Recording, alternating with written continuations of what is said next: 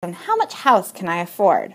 When people ask that question, what they're really asking is, how much money will somebody lend me? This might sound similar, but they're actually two very different questions. The first is a matter of individual circumstances, and chances are you have a pretty good feel about how much you can shell out in housing costs. Might be similar to what you're paying in rent.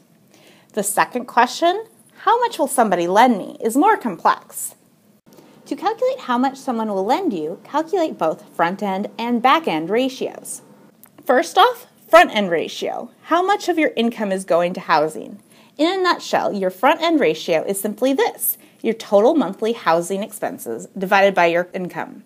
Most lenders define housing expenses according to the acronym PITI, or Payment, Interest, Taxes, and Insurance Costs. Here's how it works.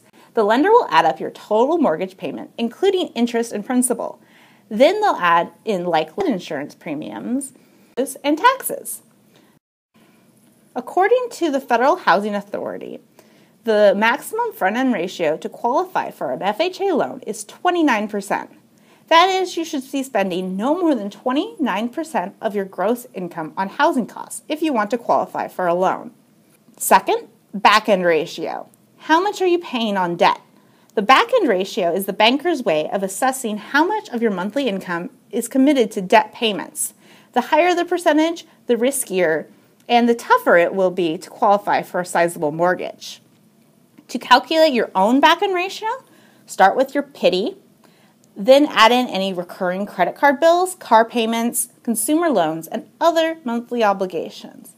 Then take that amount and divide it by your gross monthly income. After calculating your front-end and back-end ratios, you should have a much better idea of how much, at most, someone will lend you. For more real estate advice, visit us at realestate.com/advice.